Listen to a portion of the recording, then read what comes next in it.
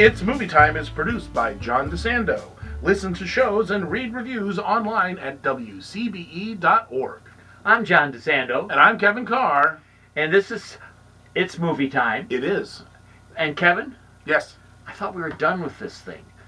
The Lion King. We are never done with it. We are apparently not. I mean, not only since 1994, but when I walk by, say, the Palace Theater, there's another Lion King show. Yeah. You know, I mean, this thing is... Going to McDonald's, there's Happy Meal toys with the Lion King. This is viral. So, all right, Jon Favreau, who recently did the Jungle Book. The Jungle Book a couple years ago. Yeah, directed that. Has the new Lion King out. Yeah. Now, Kevin, am I going to go to sleep? Is this just another... Well, yeah, people refer to it as the live-action remake because that's what Disney's been doing. You know, live-action Cinderella, live-action Aladdin, live-action Dumbo. But this really isn't live-action because I don't think there's a frame of real photography in there. It's photorealistic CGI. So it's an animated movie. It just looks photorealistic. Yeah.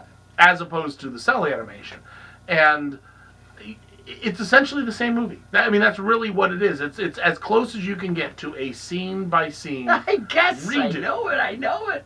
A reskin, to use a more popular term now. But and that's the thing. You have to go into understanding that. You're not really getting anything new. And I'm okay with that, actually. I have to say, I'm okay with it. Because, for me, if you're going to remake a movie, you need to be able to bring something new to the table, whether it's new technology or a new perspective or going back to source material or something. And that's technically what it does. It takes this is technology you didn't have in 1994. Or even in 2016. Oh, yeah. It looks so much better than the Jungle Book. Yes. In terms of the character and animal and fur and all that realistic stuff. So you really get a authentic, what it looks like if you were really wrangling lions and cheetahs and meerkats and warthogs to make this movie. And I think in that sense it's kind of, it's a neat experiment. Is it necessary? I don't know, but it sure looks cool, I have to say. And it's already making gobs of money. Oh, yeah. So so Disney is not stupid. It is redoing it without doing very little different, except I find that Pumbaa and Timon, with my favorite Seth Rogen. Yeah, well, one of my favorite, Billy Eichner as Timon. Yeah, and these two guys are a comedic team. Yeah. And if you listen to the way they toss off, particularly for me, Rogen, it always cracks me up. Yeah. There's some very funny stuff that I don't believe was in the original. That's probably where you deviate the most from it because they did a natural sort of riffing with each other, and so that's probably where the most unique material comes. Yes, right. But the rest of the movie is the same. And am I right in saying that that saying, what is it, Kumbaya? Hakuna Matata. Hakuna Matata has shifted somewhat from its original meaning, and here I'm fishing at this point. Okay. Where it would be no sweat so many years ago to now no care.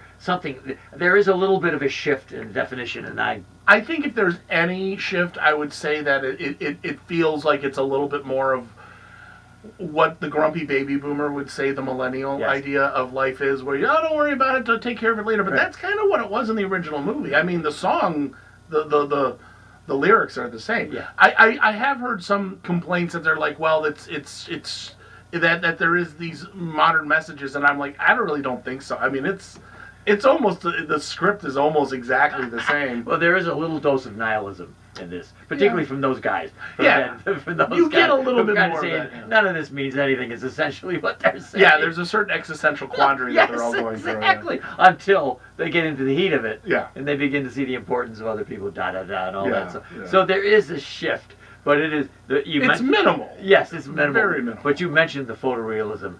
Truly... you would go to see this first of all because it's good both for adults and for children. It's the same story. Yeah, it's the same. To look at the change in that technology. Well, it's astonishing. The thing with the CGI manipulation, the reason it's so fascinating, and that's why I think it kind of, gooses me a little bit as a movie geek, is that you can put dragons in Game of Thrones and stuff like that, and that's cool, but dragons aren't real, but we know what a lion looks like. That's right. And you can go to the zoo anytime and watch them walk Yes, around. Yeah. And the same thing with meerkats and hyenas. You can watch video of them. Just go on YouTube, and it's all over the place. And that's a real feat to do something that we would recognize. And there's things where they're pacing and they're moving. And like I said, it looks like they got real lions in there.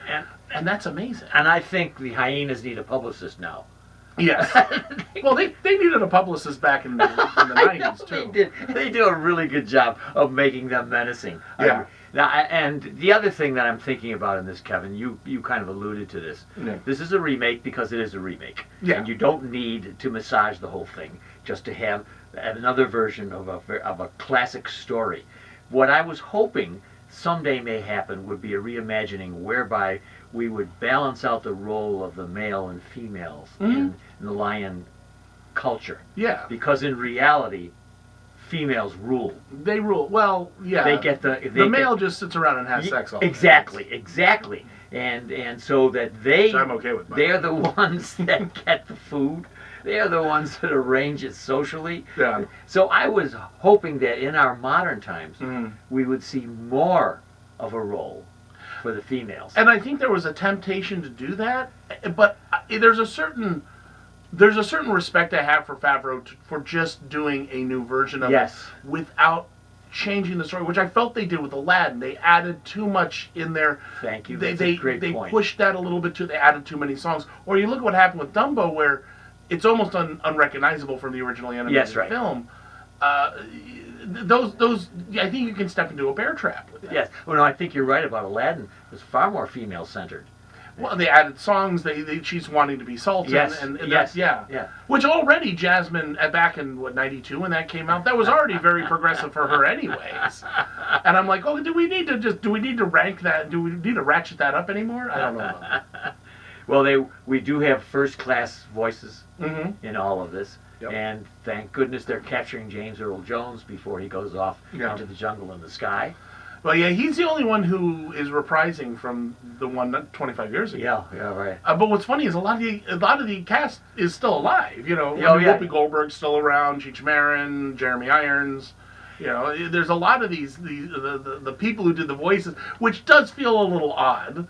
That you're like, well, they could have gotten those people. Well, you know the controversy that they were mostly white voices last time. Oh, yeah. This time they're mostly African.